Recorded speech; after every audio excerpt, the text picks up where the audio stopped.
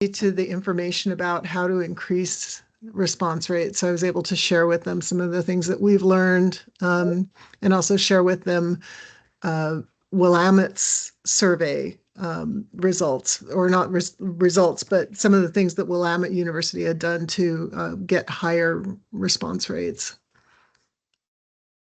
So it'll be interesting to see. And Andrew, actually, that's one of the things that came up that we thought would be an interesting project for Every Voice Coalition. Not that you don't have enough projects, but to be able to talk to students about why they might be more likely to complete a survey or less likely to complete a survey. No, my ears are definitely perking up while you were talking about that. And same wavelength. Yeah, yeah. This is not intended in any way to be a slam against Title IX. Folks who are doing incredible work and are often the only people on their campus who are doing any kind of sexual misconduct work. But sometimes students don't necessarily trust administration, and are more likely to trust a survey when it's coming from another campus institution.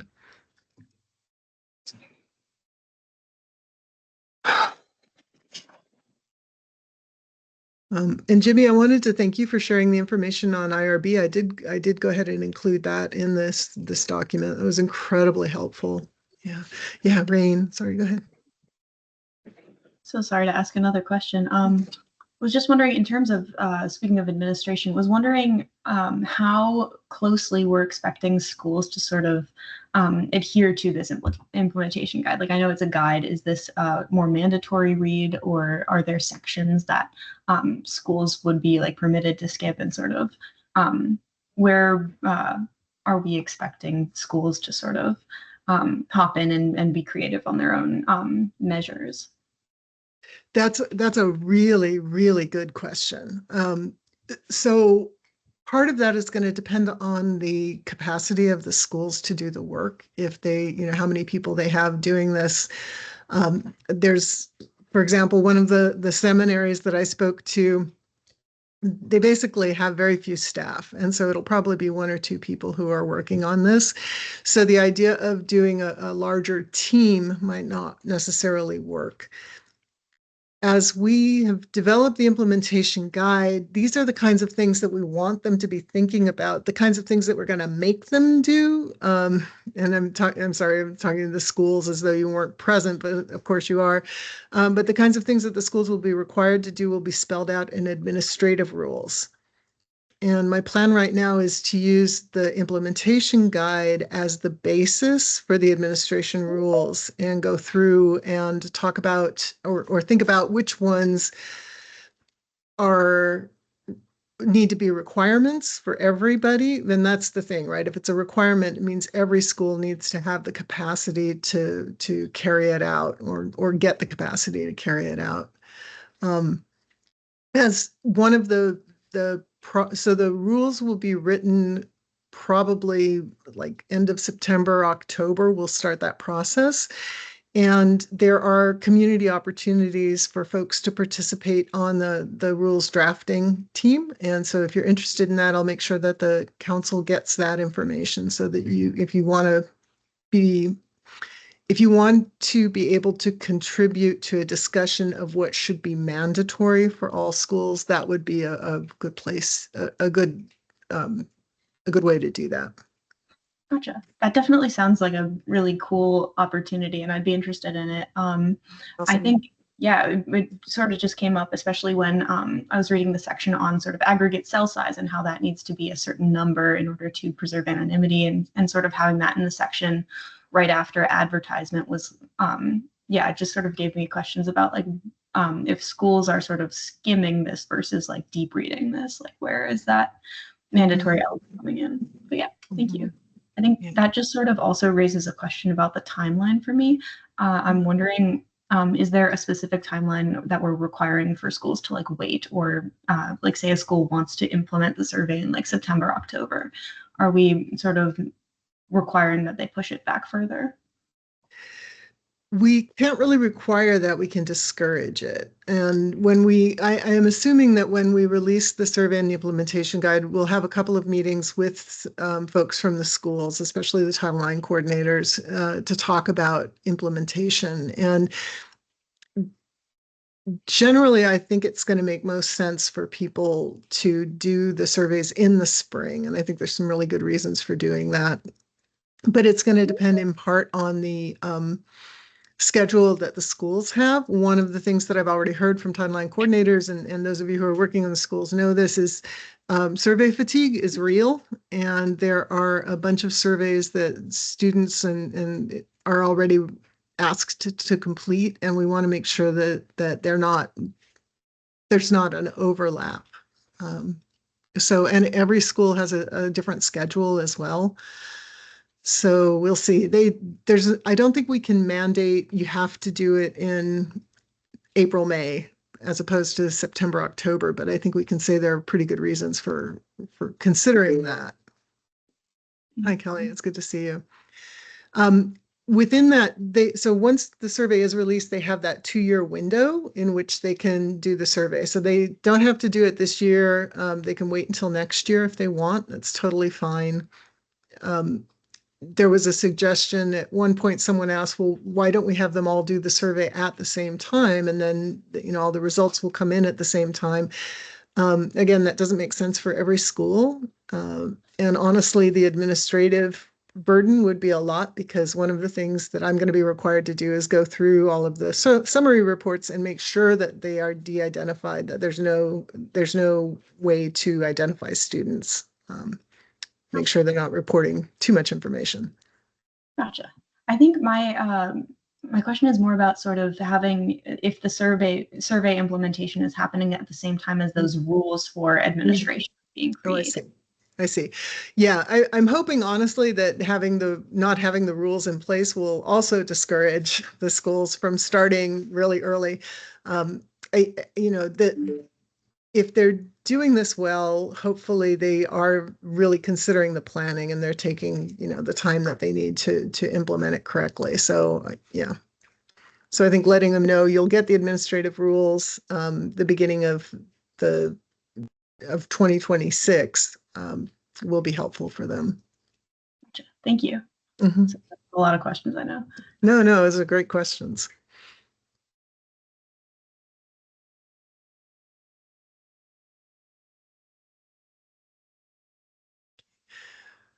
One question I have for you all. Last time we had talked about using an aggregate cell size of 5 or more, so that we didn't lose people's details. We didn't. After talking with some of the folks in the States, I'm wondering how you would feel about having a minimum cell size of 10 for demographic information, and then a minimum cell size of 5 for all of the experiences and attitudes kinds of questions.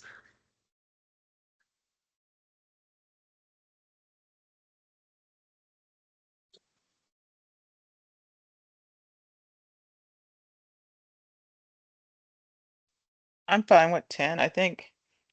Yeah,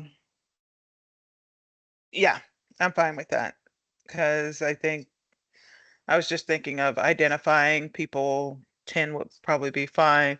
For the other stuff, a minimum cell size of 5 is fine. I'm thinking of that.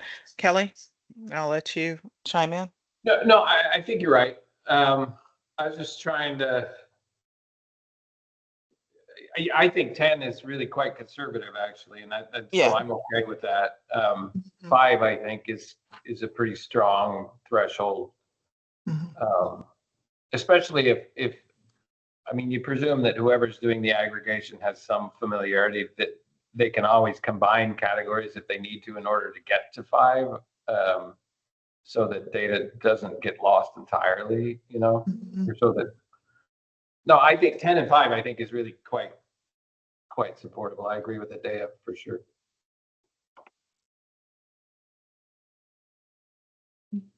Anyone else want to weigh in? Jennifer or Jimmy? I'm fine with those numbers as well. I agree. That's a good conservative route, and I think that it protects anonymity where we need it. So that's fine. Yeah. Yeah, I agree. I think it's a conservative amount. I know that I'm hopeful that we won't have to run into that issue on our campus, but for the smaller campuses, yeah, I think it's a good target. Thanks, Lisa. I saw your thumbs up on Yeah. that. Yeah, I think it's a good number. That using the 10-5 will help us protect the identities more, but using the 5 will also make sure we don't lose those experiences, which is really important. Yeah, that's what I was thinking from just like community member, parent, you know, cousin of a friend of a dentist, you know what I mean? That like, that just makes sense. And I guess from a gut check place, like that would not be too much of a hassle for the people actually doing the aggregating, right? Like that wouldn't create a total other path for them. Okay. Yeah. Can I It's ask a going to be, question? oh, sure. Sorry. Go ahead, Dea. Because I saw what you were trying to do there with the 10 and 5. But the thing is, are we going to allow them to do any crosstabs and requirements for cell size for crosstabs? Like pairing sexuality with experiences or what people said, or just say across the whole school, aggregate total, or are they going to like compare and contrast or saying, okay, this community is dealing with this. So if you cross tab, then you need to have a different type of cell size, maybe 10 or more or whatever. I don't know if we're even concerned about sub-communities, whether we should even ask them to do that or whether it's going to be HEC that does that, or I don't know. Yeah. Can I jump in real quick? I think Dea's comment makes me think that if it's not already there, along with this, ought to be kind of an asterisk qualifier that says, please be thoughtful about this. If what you're doing causes you any concern or sense that maybe you're at risk of identifying people at thresholds above 10 and 5, please don't do it. Adea, the way I would expect professionals to interpret the cell size minimum is that that's whatever single cell you might happen to yield, regardless of how many crosstab iterations you go through. So if you're doing crosstabs, you would only report it out if any one of those cells was that you would not report it out if any one of those cells was below 5. But your point is, I think, is absolutely right on and underscores the concern I've shared a dozen times or more, which is just simply the risk of low numbers isn't that people will actually identify someone for real. It's that they will think they can identify someone for real, and then they'll form opinions or conclusions or maybe make comments or statements. It's, to me, the most nefarious thing is simply the belief that you could know whether you actually do or not, right? You may not know who one person is, but you might think you know it. So I love that point. I think we should put a very clear qualifier in there that says, be conservative about this too, which is if you have any concern that your cell size is too small, even if it's above 5, don't report it, right? Yeah, the reason why I was thinking of, because what we end up not doing was for communities that are small, when we started cross-tabbing them, like saying whether that community face certain types of discrimination. Of course, this wasn't sexual harassment, and it's already small that we said we only wanted to have a cross-tab of 10. And then when you're let's say a demographic of a cell size of 10, then when you cross it, that demographic may go below 10. So we're still looking at that same demographics, but we're looking at and sexually assaulted. So that still has a risk of identification. So do we want to bring that back up to 10, or do we still want to keep that, even though it's crossing with demographic with 5? That's what I was thinking about. And I think I'm going to try to explain crosstabs, and I want you guys to check me on this because I think that's something that I should probably go ahead and include in the report. So a crosstab would be instead of just a count, 17 people reported sexual harassment, 16 people reported sexual exploitation, 24 reported sexual assault, you would break it out. So you could say this number of people were sexually assaulted, and when you break it out by gender, this is what you get. Or when you break it out, and then you can break it out further. So you can say gender, sexual orientation, racial, ethnic backgrounds, right? So that way it allows you to do more, it allows you to focus more closely on those small groups who might be more targeted, but it also creates real problems because it can also make it look like particular communities are at higher risk when they're not necessarily. Maybe you've just got that many respondents, especially with really low numbers that aren't generalizable, right? But if you don't have a statistical background, and I have like one class in statistics, so I may be explaining this wrong, it's really easy to look at that and say, oh, well, there were 24 sexual assaults and 8 of them were experienced by African Americans, and so that therefore African Americans are at much higher risk of being sexually assaulted. When maybe those 8 people just happen to be more likely to complete the survey, right? So it's easier with really small numbers and crosstabs. It's really easy to make faulty generalizations. So my thought was, and that we would not ask, and crosstabs are a type of analysis, right? They allow you to get more granular with the data. So my thought was that we would not necessarily ask for crosstabs in the summary reports that are required by the institutions. Those summary reports are going to be public, that we would just ask for counts.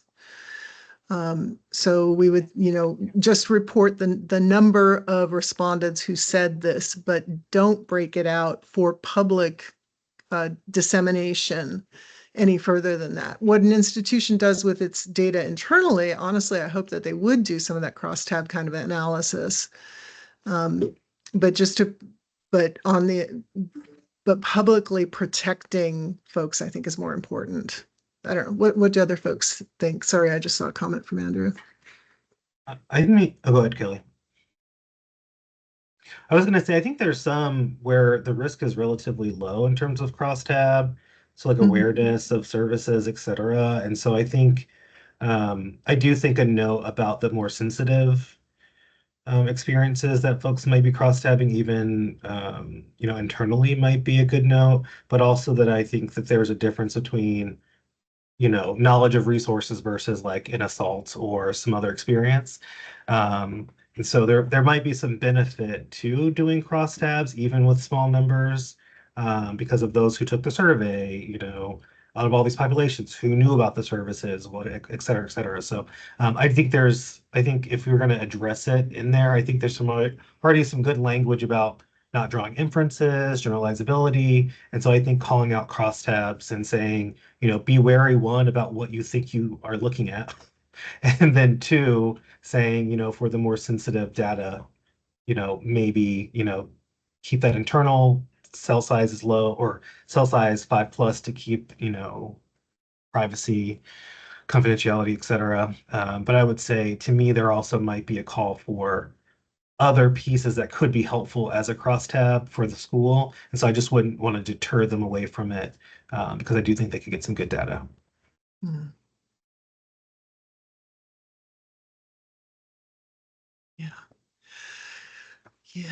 Yeah, Andrew, that's a really good point. But because each institution is going to have the raw data and it won't be available on a statewide level, we're not really going to be able to do that.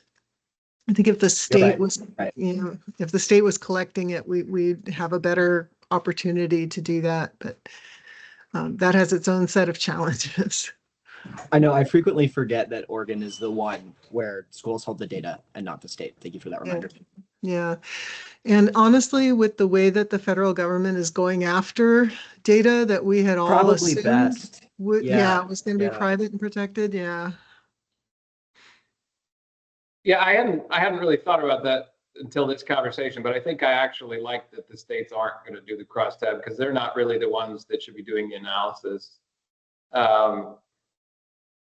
For all the reasons that people have already cited here. That my fear would be that we get more legislation like this that's highly directive without any sensitivity at all about the differences that actually go on in the different locations. And so to Rowan's point that schools should definitely be encouraged to do this for purposes of understanding their own communities, that I agree with, but I think I like that the state's not going to do anything but get question by question summary data, right? And Rowan, if you need some simple language to put in there just to help people understand what crosstab is, just remind them that anytime you're using two variables, anytime you're summarizing one variable by categories of another, that's a crosstab, right? And no matter how many additional variables you add, it's still crosstab. So yeah, I appreciate this discussion. This is all taking me into territory I hadn't necessarily thought of, but I think I'm still comfortable with 10 and 5. Adea, I really appreciate what you're saying. And I would also be very comfortable with 10 and 10. but I think I'm okay with 10 and 5 still. Yeah, 10 and 5, and then what your caution and what Jimmy said would be like, if you're doing sensitive data, don't make it public, and then look at the limitations of what you're trying. You probably have a small community who actually took it, so that you can't generalize against the whole community over the ones who wanted to take it. And maybe you can use it for your own internal efforts. But yeah, I think what you said and your explanation of it was very good. So I hope you recorded this, put this down on paper later. Yes. Yes, and it is being recorded. Yeah. Rowan, at the risk of getting too convoluted in the instructions, you might also say that, you know, where possible, consolidating to ensure that there are at least 10 is a recommended practice, right? Like, but I realize we may be putting too many qualifiers into the instructions such that they start to get kind of confusing. Yeah.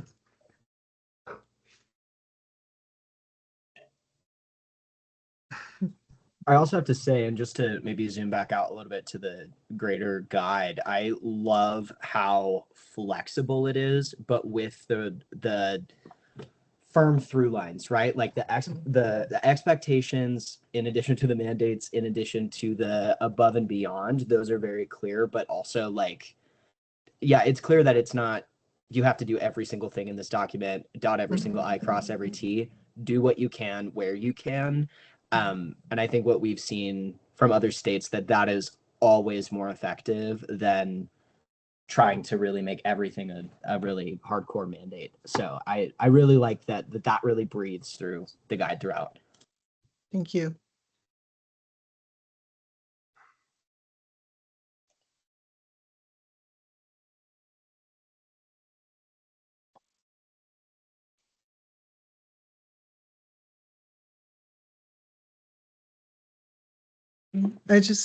I really appreciate everyone taking the time to go through this and give me this feedback. It's incredibly helpful. If there's feedback that you'd like to just send me, you know, via email or Teams message, totally open to that as well.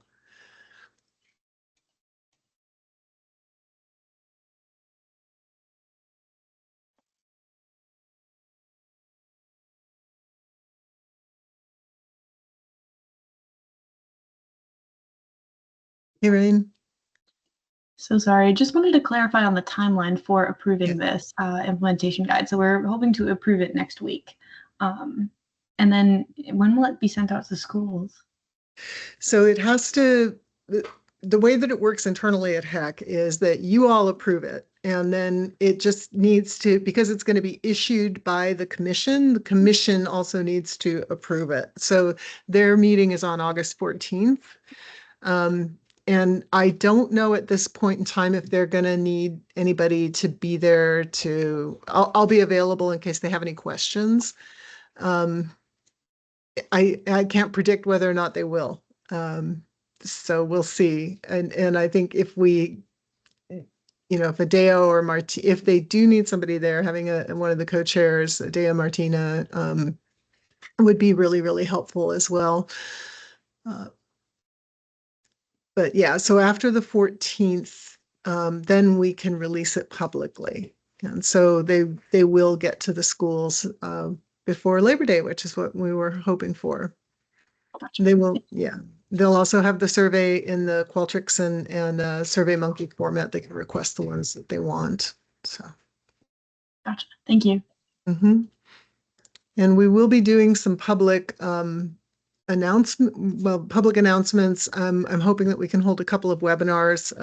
Definitely the Title IX folks. I think the community college folk, I think would appreciate one that's geared specifically towards them because their populations are so different than those of you who are at 4-year or larger institutions. And if students wanted webinar on the survey, that would be really wonderful. We no longer have a statewide student organization, unfortunately, so I'm not sure how to get word out, but students would always be welcome. And if you know a group of folks who just want some questions answered, I'm always happy to talk to them.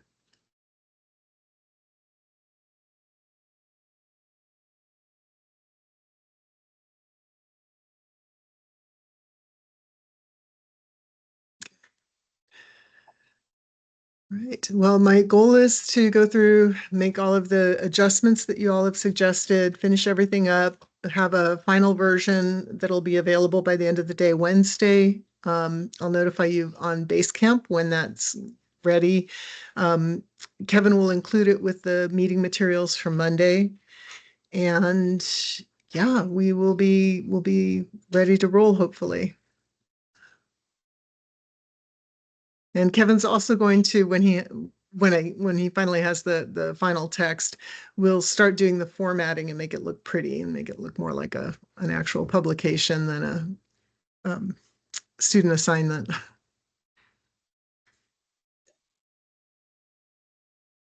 Well, this is a really thoughtful student assignment, so yay. Thank you.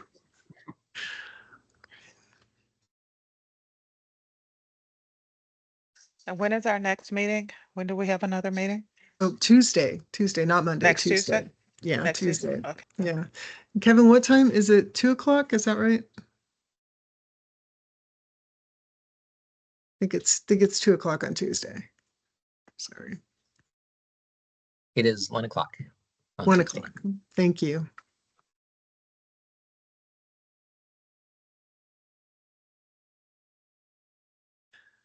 The puppy's chewing on my chair. Just to clarify, that meeting the quorum is essential that day, is it not? Are we going to vote on this? Yes? Yes, it's essential. All right, I will find a way to be there then. Oh, I'm sorry, Kelly. Where are you going to? I'm gonna be off next week, but I already have a work exception on that day. So it's the best day of the days, so that's fine. This is all volunteer anyway. This is not work. So, okay. But I wouldn't, there's no way I'd miss that day. Yep, we're good. Good to know. Thank you. Hey, Ron, I don't have a meeting invite for that. Did it get sent out and somehow I just I'll double check on and resend it to you, Jennifer. I hope it got sent to you, but it might not have. Okay, or I could have. I'm also off that day, but it's okay. I'm fine. I'll come to the meeting. So I could have just hit no or declined it because it was popped on a day I was out of office.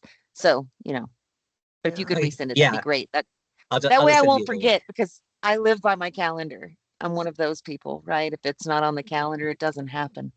Sorry. Yeah. There's also, I know there's a setting on my Teams that I have to watch that will automatically, if I have that day blocked as off, it'll automatically decline without even showing it to me, which, yeah, Microsoft. No, I mean, it very well could be that my Teams settings are doing that because, Teams does crazy things. Mm-hmm. It likes to change things.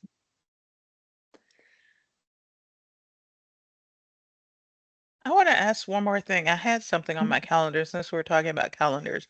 I had something on my calendar. We're supposed to go, I think this is more for the chairs. I think we were supposed to go to the state. I remember Mhm. I didn't feel comfortable volunteering doing that. And I think Martina did it. Has it already occurred? Or is that upcoming? Yeah, that's the August 14th meeting. Ah, I'm totally So, off. okay. Okay, I wanted to come out and support. Is it possible for people to come out and support what we've done, or is it just some kind of closed door thing? No, the HEC commission meetings are public, Okay. and it'd be wonderful to, in fact, I hadn't really thought about that because I feel like I've taken so much of your time for free. But when I send out Kevin, maybe we can make a note to put that on the agenda, but we can certainly send out an invitation to folks with information about the August meeting so that folks can attend if they want to. And it's in Salem, right? In person in Salem. You can attend it in person, or it's also remote, so you can Oh, attend okay. Thank like you. this. So yeah, it's a lot easier for folks. Okay. And we're just telling about what we did to the state and all that. You can make, I think, I'm not sure how they handle public comment, so I think you Okay. can make comments if you want, but generally speaking, they don't really ask for a lot of public comment. Oh, no, not the They public. I'm just, talking about the yeah. agenda of the meeting in general with us. Oh, yes, yeah. Yeah, It was just about what we did. Okay. yeah, And the outcomes. Okay. Thank you. yeah, yeah, I'm exactly. looking at the public meeting materials for HEC's upcoming meetings, and it right now says it's tentative. That meeting date is tentative, and once Mhm. it's confirmed, a public meeting notice will be issued and the agenda and attendance details will be available. Yeah. I can put that link in the chat just to make it easier for folks to find. Thanks, Lisa. Yeah, that's kind of their boilerplate. They've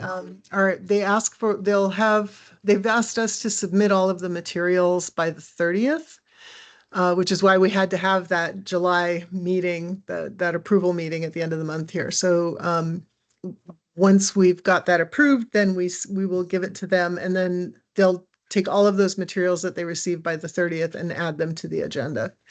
But yeah, but the date is, I know it will be the 14th. Okay. Oops. Thank Yeah. you.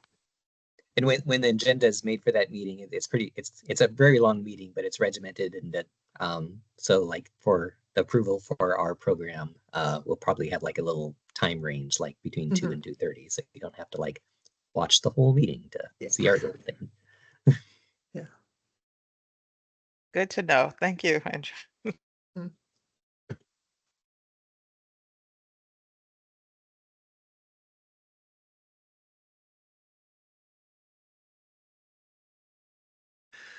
Okay, anything else, folks? Not for me. I think that's it. Was that all for your agenda today? Mm-hmm. Okay, well, I guess we can close it down then. All right. Okay. All right. Thank you all again so much.